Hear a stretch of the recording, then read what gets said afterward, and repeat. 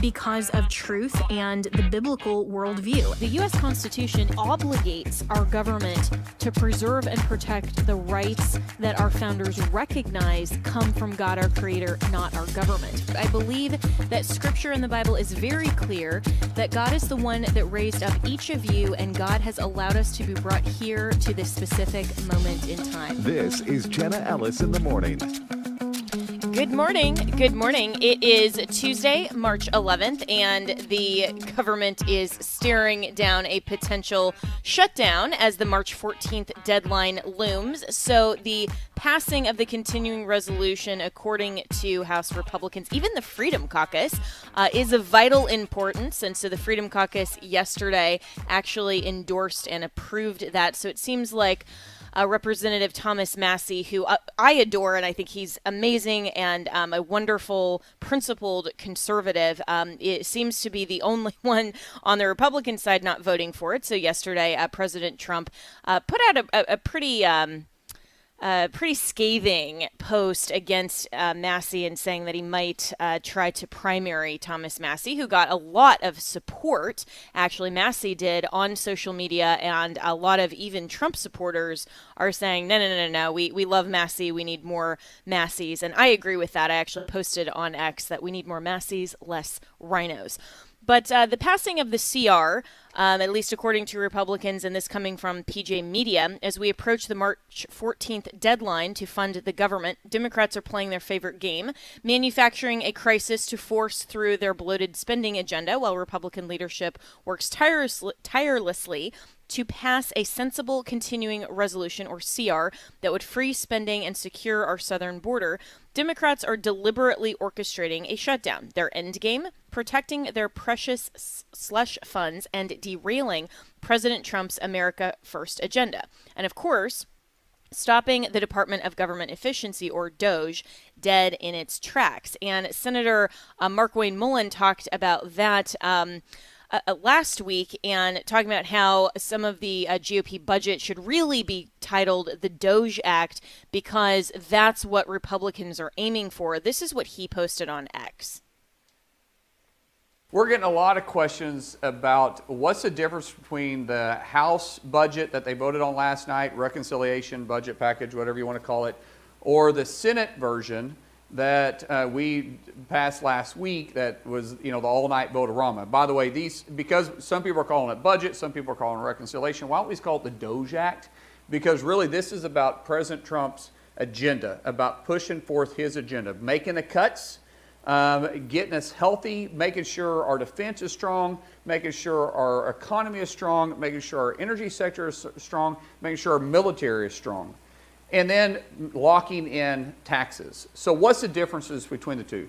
The one we voted on in the Senate last week is just a very narrow package. It just dealt with defense, national security, and the border with energy in it. What the House passed was a much broader package, and it also included taxes.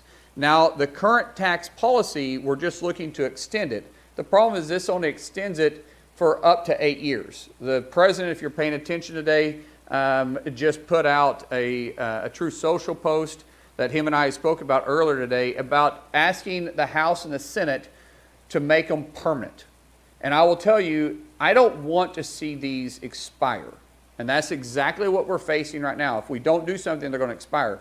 Why play games with it? As a business owner, as investors, or even for your personal finances, having a surety on where your tax rates is going to be and locking in the tax cut that President Trump put in place in 2017 is what we need to be doing, not simply just kicking the can down the road, but make it permanent. So what's going to happen now, the House version is going to come over to the Senate.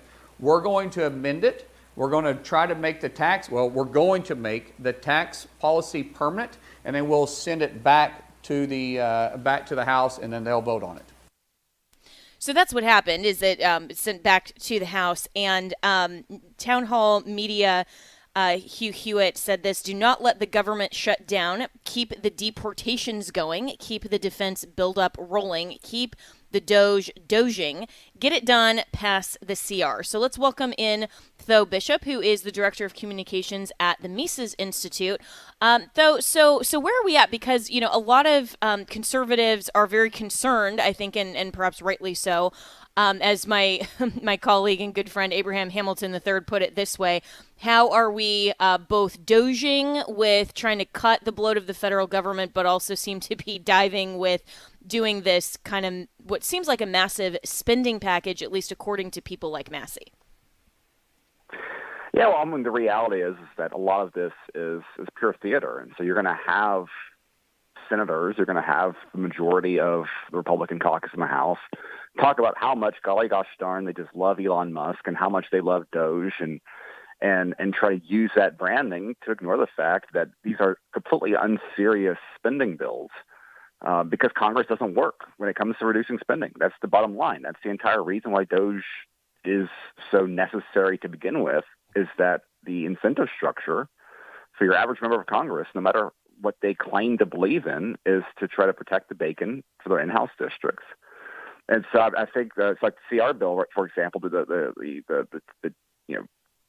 spending cuts that are being celebrated right now, I think it comes down to like a net cut of about $6 billion between increases in defense spending and cuts to non-defense spending, which is well below what Doge has itself identified. So a lot of the ridiculous USAID spending, things like that. I mean, a lot of the most egregious examples would be further codified in this kick of the can down the road spending package.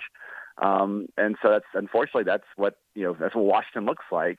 And, outside of the energy that we have seen from the Trump administration and the outside efforts of Doge, Republicans in Congress are going to continue to act like Republicans in Congress.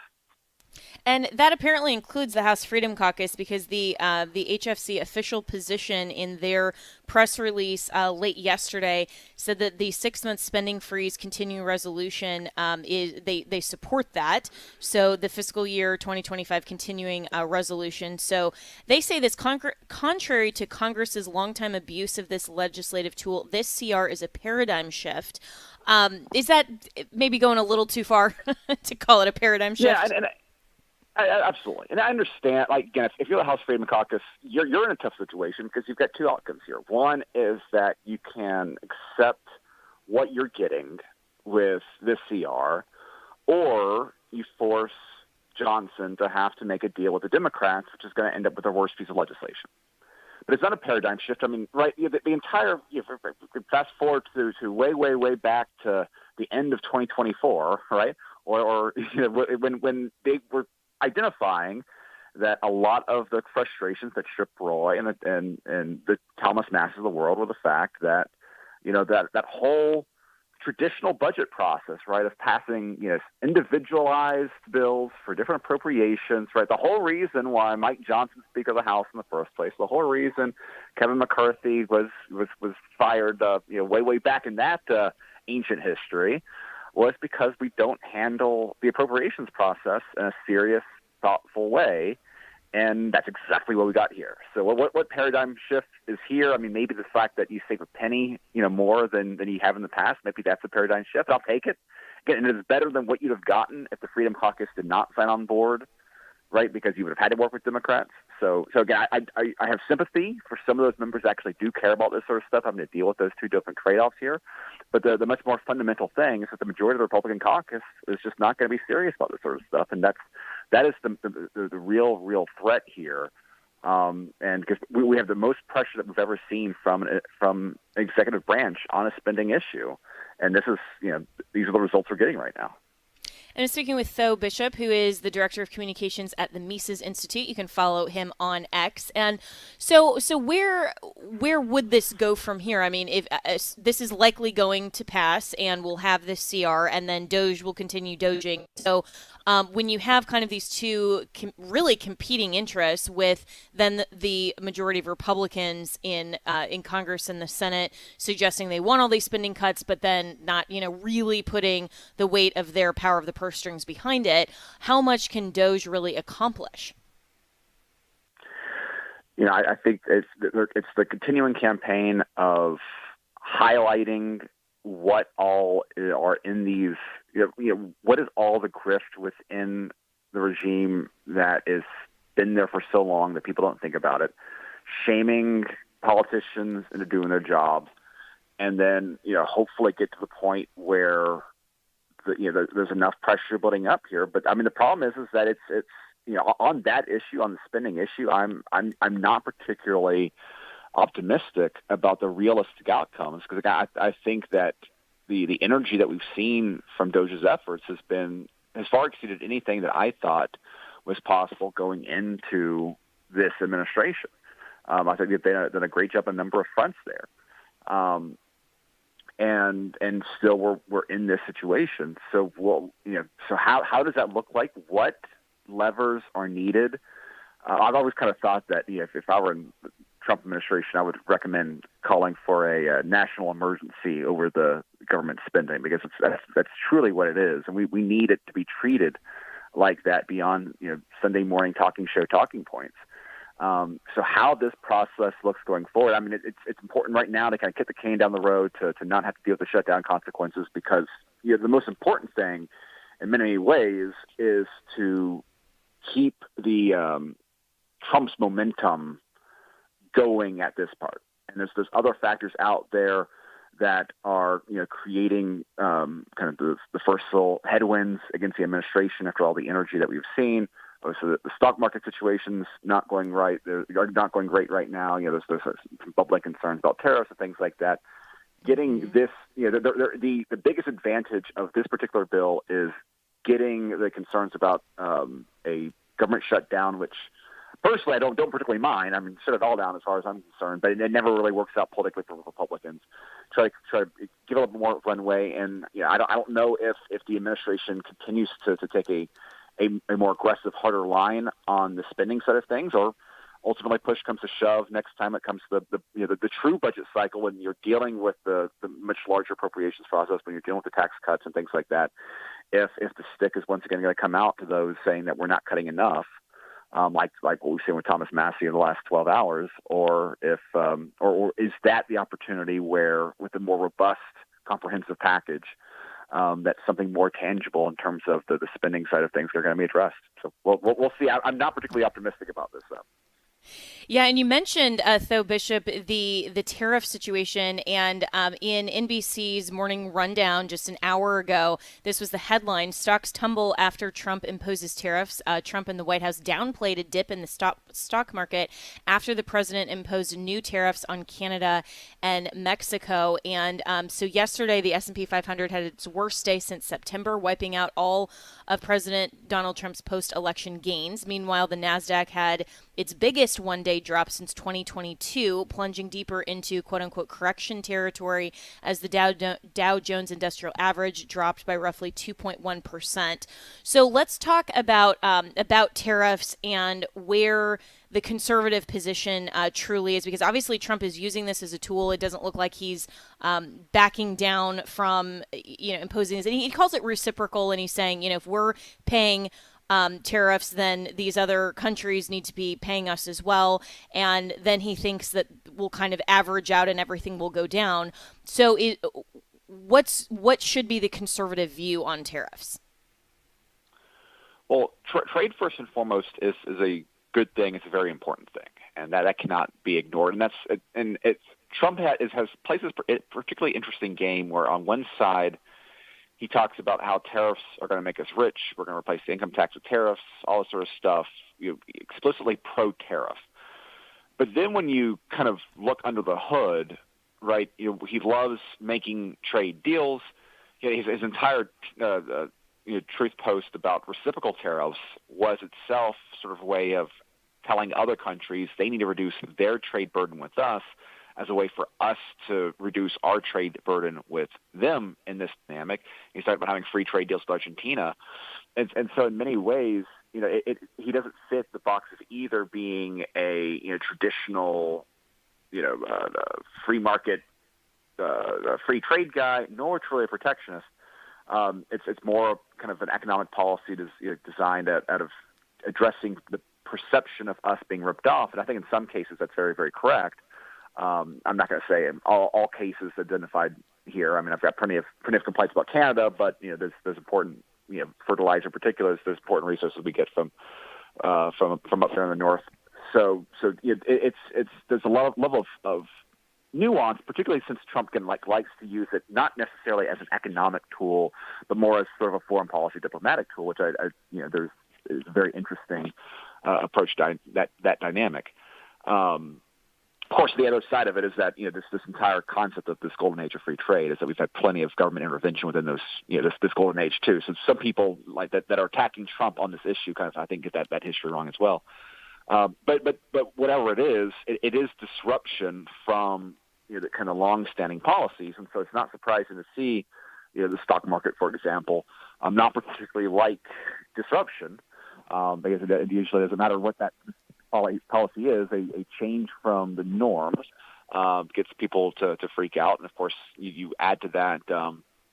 The fun dynamic is that if you do any reduction that you do get of government spending is going to address GDP issues and things like that, and that's going to respond to the market and things like that. So one of the downsides of a presidency that is disruptive is the stock market is not always going to particularly like that, and I think that's what you're seeing right now.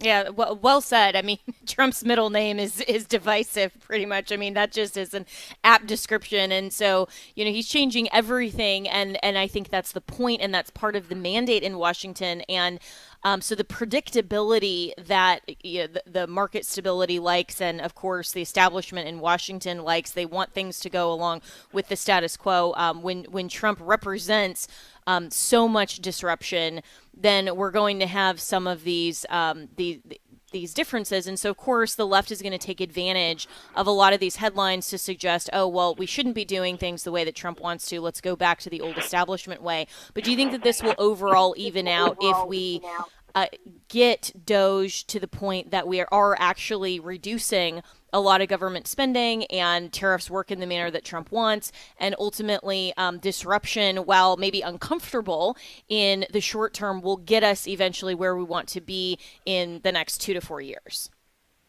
Well, I've been very impressed with some of the benchmarks that Scott Bessent, the Treasury Secretary, has specifically stated, right? I mean, one of the explicit goals is decreasing the size of the government spending aspect of GDP as itself a measure.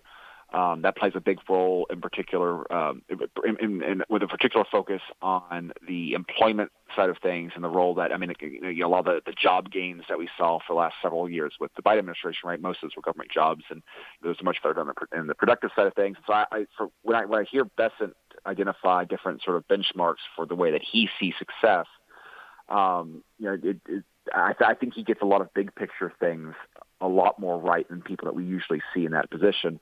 And so it's a very difficult. This is a very difficult task, right? Trying to get Congress and to get the government to actually reduce spending, which it hasn't been able to do for quite some time. Able to strong arm other countries that don't like a strong American president to get better trade deals, to be able to attract the sort of international investment here to deal with the regulatory administrative state. I think he has had success in some of those areas in the past. His first time around, this is a much bigger mandate. This is a much bigger challenge. One of the challenges he had is that he inherited a much worse economy than he did last time around, and the specter of inflation is still very much out there. So I think that he has a much better team. I like a lot of what I hear in terms of how they measure the success themselves. But it's going to be there's not an easy. These are very serious problems. There's not very easy solutions, and so I think that this is the best chance we've had in quite some time.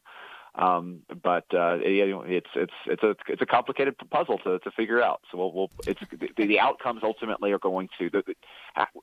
It's not something that can be measured in the short term. Disruption, stock markets, things like that. It's something that will be able to truly measure the effectiveness of this action in the next year, 2 years, 3 years. And I think that's something that's important to keep in mind. We'll see how voters are willing to give that sort of grace. But it's something that I think it's going to get worse before it gets better. But what is better might be the biggest shift that we've seen on a lot of these very systemic problems in quite some time. Well said. Well, Tho Bishop, really appreciate your time this morning and commentary, Director of Communications at the Mises Institute. And we'll take a break here for my producers, and we will come back with more. But I think that the American people and the voters especially who gave Trump this mandate are willing to extend that kind of grace. I don't think that the kind of fear-mongering of the legacy media headlines are quite as persuasive as they used to be, and probably for everyone who's giving Trump the high approval rating, say go, go, go on Doge, is willing to say, okay, let's wait and see, because obviously under Biden, it was really bad with no plan to get better. So even if there's disruption for the short term, at least as far as I'm concerned as an American voter, I'm willing to kind of go through the disruption to see the better outcome on the other side. All right, well, we will be right back with more here on Jenna Ellis in the Morning.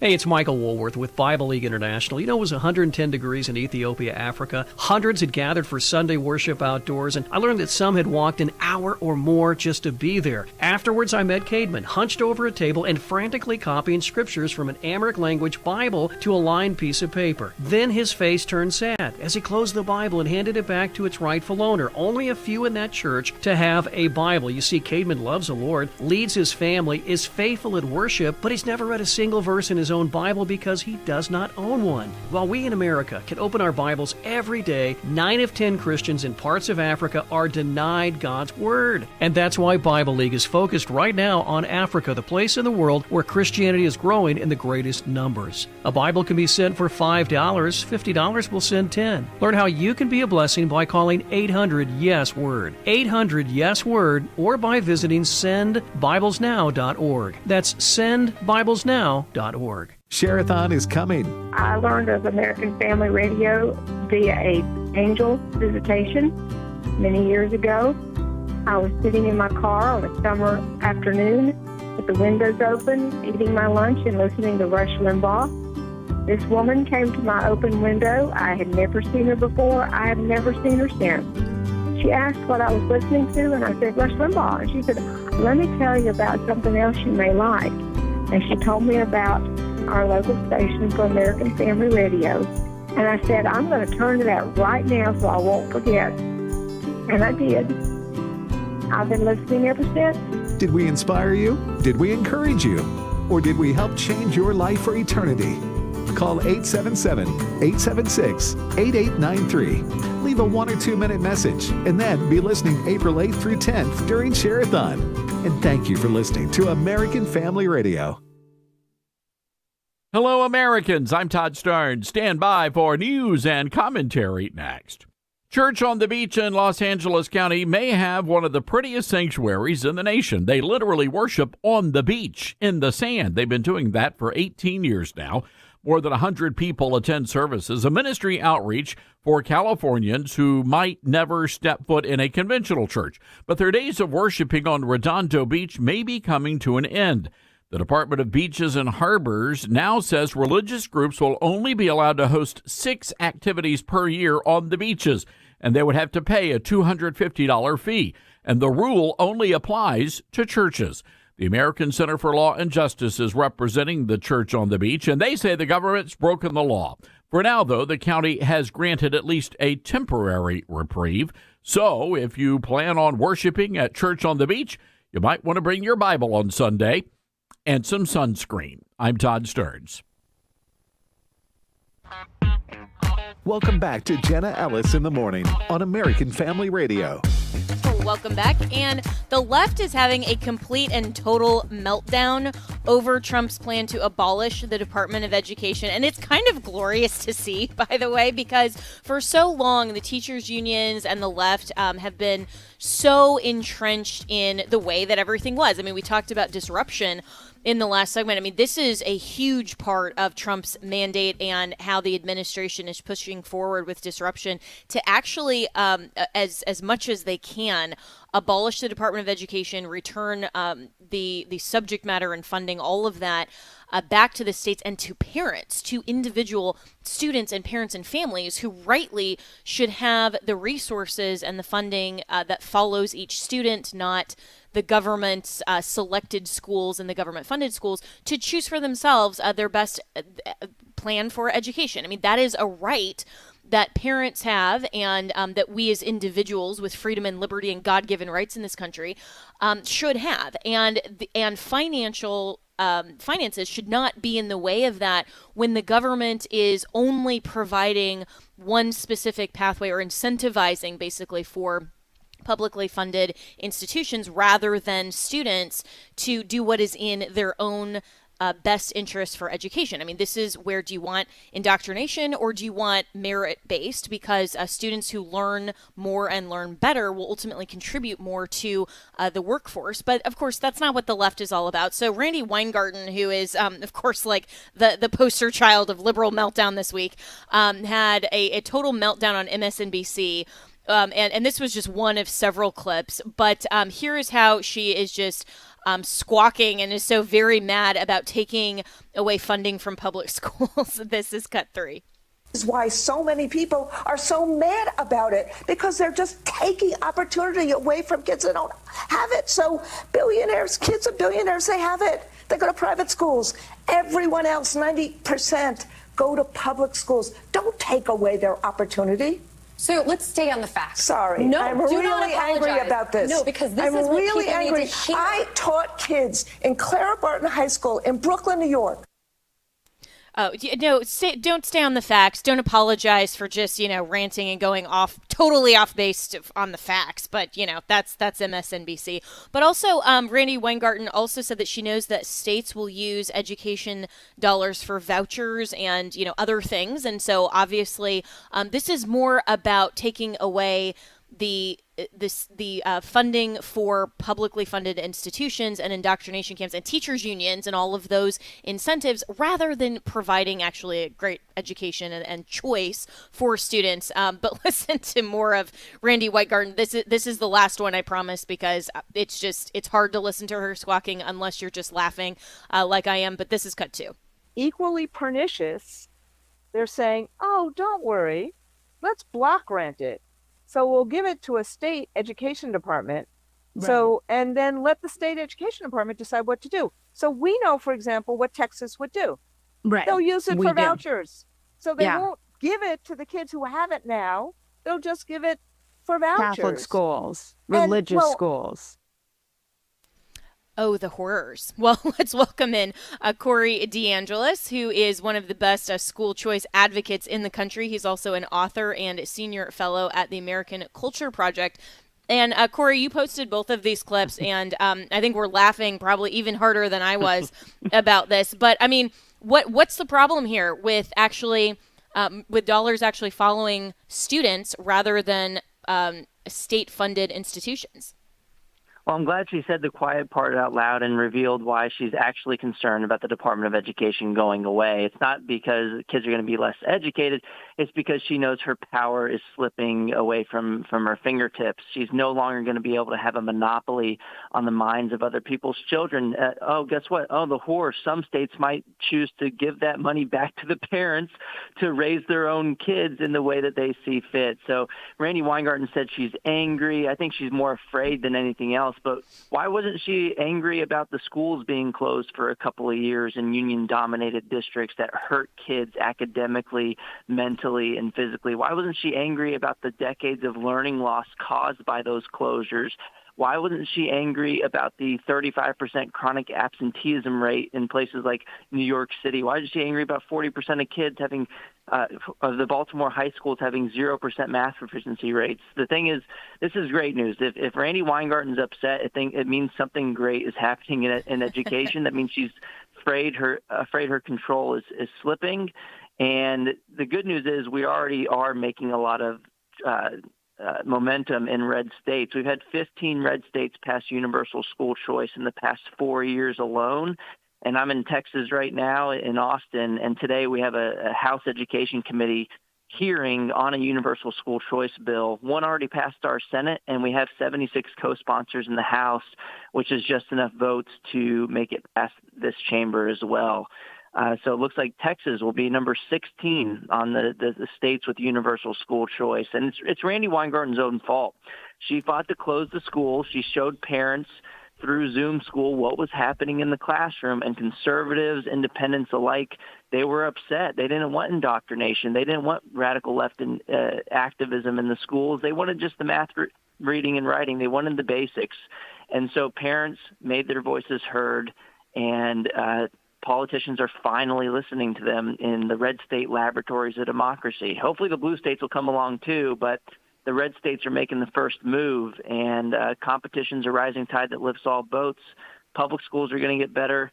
The kids are going to have more opportunities, and parents are going to be able to raise their own children. It's a glorious day to be an American.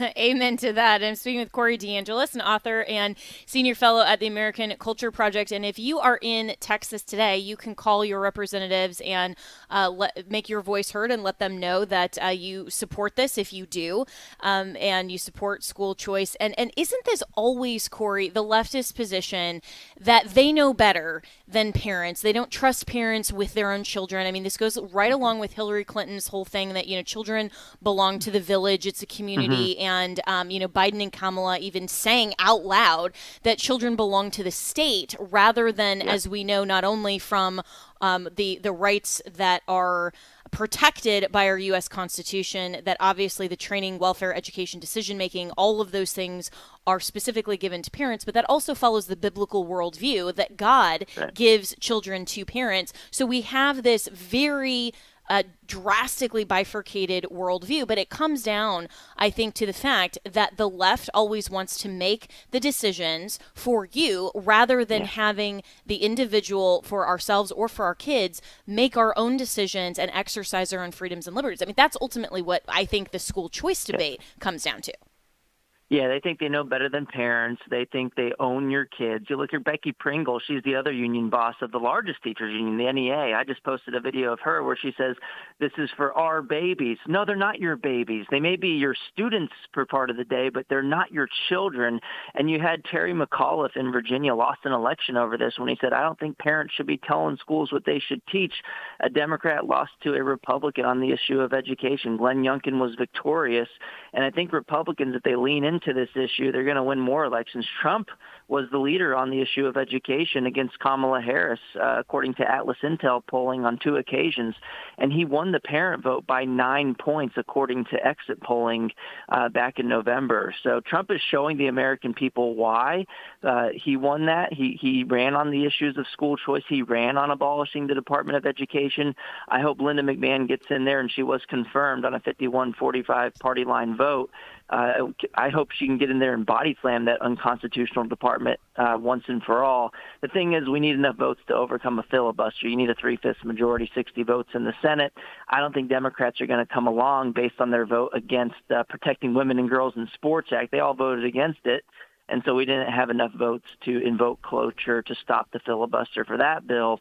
Hopefully Democrats lose some elections over this radical stance that they're taking on all of these issues in the midterms in 2026. So, at some point they're going to go so far and run so far left, they're going to lose more seats on the issue. Maybe then, if we can't kill the Department of Education overall in one fell swoop, maybe Linda can get in there and give it death by 1,000 cuts and kill it from the inside. I think that might be the plan. I think that's why Randy Weingarten's so upset right now that people are going to be able to raise their own children. And guess what happens when families can choose a school for their kid? They're going to be less likely to be indoctrinated with socialist ideology, and you're going to have fewer Democrat voters being churned out of the government school system. And I think that's the bigger play here. The Democrats know they don't even have to have their own kids. If they have the public schools, they can use those for 13 years of children's lives to mold their minds to vote for more big government policies. I think school choice hits at the root of the issue and helps parents reclaim their children's education. Amen. Well, thanks so much for the work that you are doing. You can follow Corey DeAngelis at DeAngelis Corey on X. And if you're in Texas, call your legislators today, and we will be right back with more here on Jenna Ellis in the Morning.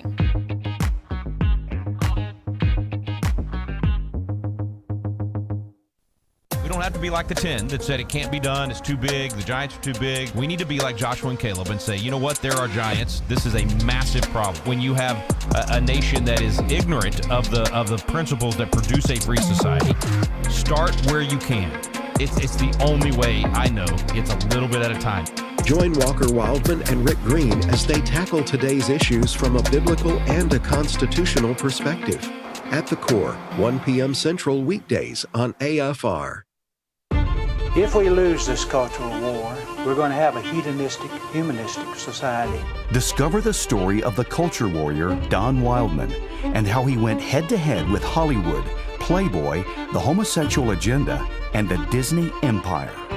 The movement Don started paved the way for Christians to boldly stand for truth and righteousness in a hostile culture.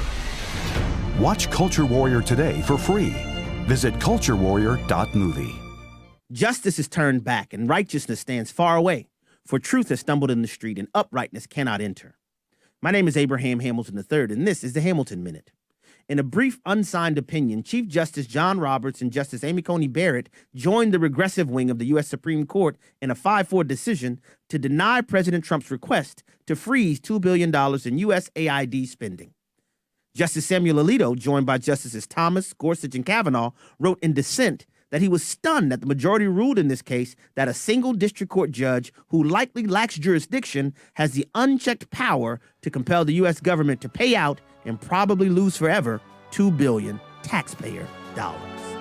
Listen each weekday from 5 to 6 p.m. Central for the Hamilton Corner, or visit the podcast page at afr.net for more from Abraham Hamilton III, Public Policy Analyst for the American Family Association.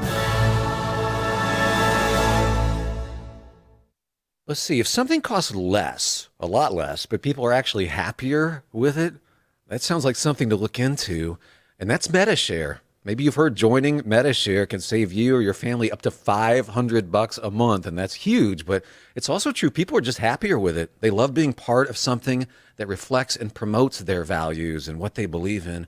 MetaShare works, too. It's been around for 30 years now, and members have shared more than $7 billion of each other's bills. People love having telehealth and a huge nationwide PPO network, so yeah, really, you can save a ton and like it better. Imagine being happy with how you're taking care of your health care, whether you're self-employed or part of the gig economy, or you just want a plan that you're happy with. Here you go. You can call right now and get a price within 2 minutes, a very, very smart use of 2 minutes. Here's the number you need. It's 833-44-BIBLE. That's 833-44-BIBLE, 833-44-BIBLE. Welcome back to Jenna Ellis in the Morning on American Family Radio. Welcome back. And one of the best conservative warriors in the country, in my humble opinion, is making a lot of headway for conservative wins. And that'd be none other than Attorney General Andrew Bailey out of the great state of Missouri. And a couple of headlines that are both really huge.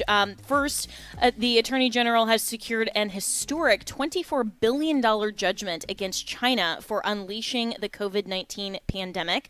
So this was last week that judgment was secured 6 times more than the previous largest judgment in Missouri history. He said this is a landmark victory for Missouri and the United States. If China refuses to show up, that doesn't mean that they'll get away with causing untold suffering and economic devastation. We intend to collect every penny by seizing China-owned assets, including Missouri farmland, which I think is such a brilliant plan to actually take back our land that is being sold off, very irresponsibly, to China. And then the second headline is this breaking back last week as well, that the Attorney General is demanding that the DOJ investigate whether President Biden's cognitive decline allowed unelected staff to push through radical policy without his knowing approval. If true, according to AG Bailey, these executive orders, pardons, and all other actions are unconstitutional and legally void. Fascinating. So let's welcome in AG Andrew Bailey himself. So good morning, sir. And, this is all just so epic. So on these two headlines, where do you want to start? Well, first of all, good morning, Jenna. Thank you so much for having me on and covering these stories. I think the China story is really interesting. This is a groundbreaking piece of litigation. Missourians are still demanding justice for the harms inflicted during COVID-19, and we can point directly towards the Chinese Communist government as perpetrating this pandemic on the world. They created the virus, unleashed it on the world, suppressed evidence. The world needed to respond to the virus, and then created medical equipment and then hoarded that medical equipment instead of supplying it in the open market exchange to states like Missouri that harmed Missouri. And look, this isn't some crackpot legal theory. In 1976, the Congress passed and the president signed into law the Foreign Sovereign Immunities Act. It is the basis of our claim, and it creates the vehicle by which states can redress grievances against foreign governments. China does business in the United States. They had to know they were subject to the laws of the United States of America. They were served notice of this litigation and provided an opportunity to be heard and offer mitigating evidence or defense, but they couldn't be bothered to show up. That's how little they think of these United States of America. I am proud to have gone to court, delivered the win, and we're going to start collecting on that $24 billion that the Chinese Communist government owes to the people of the state of Missouri for the wrongs inflicted during COVID. This is incredible. And like I said in the opening, I think that going out and seizing their assets, including farmland, is a really good way to go. I mean, does this also pave the way for other states to follow suit? I mean, literally, like file their own suits, because obviously China's actions would have affected all of the 50 states. And so this is creating, in a sense, that precedent. Yeah, I think that's right, Jenna. I mean, this is a blueprint for other states to follow. And look, if we band together and all fight to hold China accountable, it'll start to make a difference. $24 billion is a lot of money to the people of the state of Missouri. It's probably not a lot of money to the nation of China. But if you get New York, California, Texas, other state, Pennsylvania, other more populated states whose the harms they suffered were greater because they have larger populations, then you cobble together multiple judgments that starts to make a real impact. Yeah, and so where then is the incentive for China to respond? I mean, if there are more of these lawsuits, would that create more of an incentive for them to come and actually start somehow providing some mitigation, which probably they can't, honestly, but I mean, they could at least make the arguments. But it seems, as you mentioned, just utterly disrespectful to not only the process, but the obvious ability that the United States can bring them into court and to make them face their actions. It just seems very irresponsible that they wouldn't even show up and even respond. I think you're spot on. I think that, if Americans are doing business in China, certainly we anticipate that we'll be subject to the laws and the judicial processes in China, as rigged as they may be under a communist dictatorship. At least here they had a free, fair, and open shot at defending themselves. But again, I think it speaks to their level of culpability. And everything we've learned since the president was elected reiterates these points and emphasizes these points, since the CIA documents were declassified, proving that the intelligence community now even believes that the pandemic originated in a lab in China, and the lab leak theory is now the predominant source of information for, explaining how the pandemic was unleashed in the world. That just emphasizes Chinese culpability. And I think that's exemplified by their refusal to participate, their lack of evidence, and their inability to offer anything, even a scintilla of evidence and mitigation. And I'm speaking with Attorney General Andrew Bailey from the great state of Missouri. So what are the next steps in terms of starting to seize these assets? I mean, I'm a huge fan of saying, let's take back our land from the Chinese Communist Party. I think it was absolutely ridiculous that we've even sold any of it to any foreign nation or foreign holders. But could this also affect any Chinese nationalists or is this just land that would be owned by the government of China? Well, it's any assets that we can prove are owned by the Chinese Communist government, and we have to be able to go to court, demonstrate that in court, and then get a court order to seize the assets, have them sold in order to make good on that $24 billion judgment. So it's going to take time to identify the assets. But I would point out, too, that in other litigation across the country, the way that the Chinese Communist government has camouflaged or deceived the public about the line of ownership of their assets in the United States of America is really crafty and clever, and we're going to have to penetrate through that. In other words, if Xi Jinping serves on the board of directors of a Chinese company, that is not a privately owned entity because, of course, the rest of the board of directors are going to vote the way that Xi Jinping wants. It's called the golden ticket or the golden vote. And so it's just a facade to make it look like a privately owned asset when in reality the Chinese Communist government exerts total and complete control over that. And so those are issues that we're going to have to litigate. Well, I'm really glad that you are the champion that is stepping up to litigate these on behalf of Missouri. But I think as a blueprint, as you mentioned, for the rest of the states to follow. And so let's turn to second story demanding the DOJ investigate whether Biden's cognitive decline allowed unelected staff to push through radical policy without his knowing approval, and that the executive orders, pardons, and all other actions are unconstitutional and legally void. You mentioned in your letter to the Office of the Inspector General, Michael Horowitz, that the states need to know because the orders affect us. And I think that is absolutely spot on. And so have they responded yet to this demand? No, the Inspector General has not, and nor do I anticipate him to. As you know, several of the rules and regulations governing the work that the Inspector General does requires him to keep that work and those investigations confidential, so we may not know for some amount of time. This was more an issue of putting this on the radar and beginning to have the conversation to try to demand transparency and to establish the fact that we're talking about a fraud perpetrated on the American people of constitutional proportion. I mean, at the end of the day, you know, claims like this are raised in probate courts across the United States of America to challenge testamentary instruments like a will. If somebody signs a will prior to their demise dispersing assets and they weren't of right mind when they signed it, then the person that missed out on those assets can challenge the signature on that document. And it's the same thing here, except it's worse because we're not talking about the disbursement of assets. We're talking about the exercise of constitutional authority that under Article 2 is vested in a singular president of the United States. So if Joe Biden wasn't signing documents, didn't know what he was signing, didn't understand the implications, who was running the government? Those people need to be identified and held accountable. And it calls into question the legal validity of all of the documents that President Biden signed. Yeah, and this could have wide-sweeping ramifications if that is proven. And I think the left is almost helping you a little bit in that with some people like Jake Tapper's new book that's suggesting that they knew, and this was a fraud perpetrated on the American people, and somehow, you know, the legacy media wasn't a part of that, and oh wow, we're just discovering this now, which I think is hilarious. But there are some journalists or reporters or, you know, the biased media, but some that are even helping prove this point. So where would an investigation go? I mean, if you're the Inspector General or you're of the U.S. DOJ, what would be your next steps in moving this forward?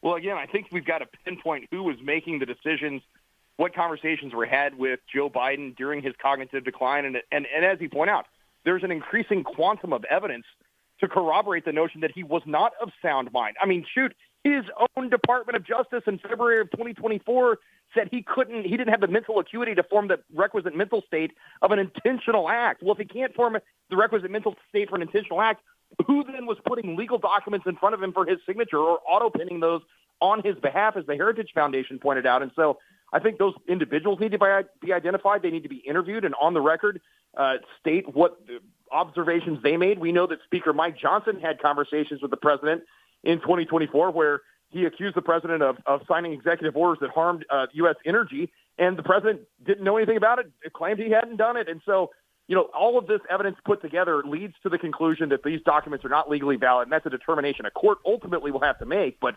again, I think the Inspector General conducting an investigation into the individuals who are pulling the levers of power on the president's behalf, exposing them, getting them on the record, and developing this evidence so we have a more clear picture of which documents are invalid and which aren't. I think that is going to assist the states in crafting a legal path forward.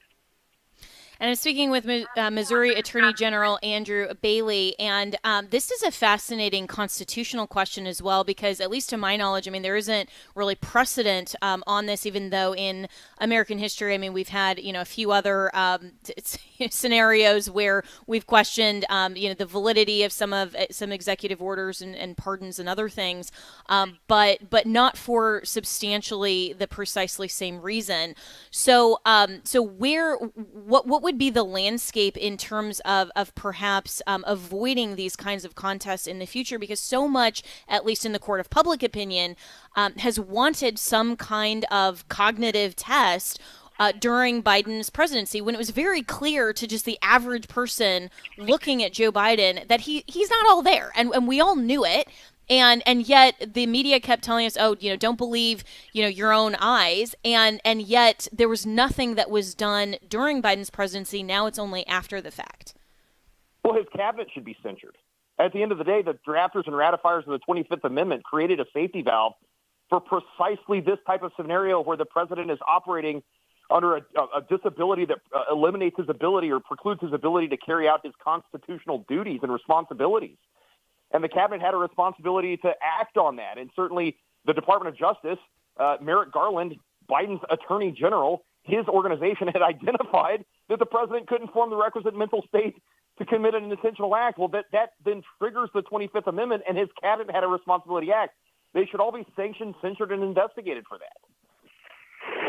Wow. And what about potentially criminal liability? These are things that if they knew and they were willing to put these documents in front of him, and perpetuated a fraud on the American people, there are potentially criminal statutes as well.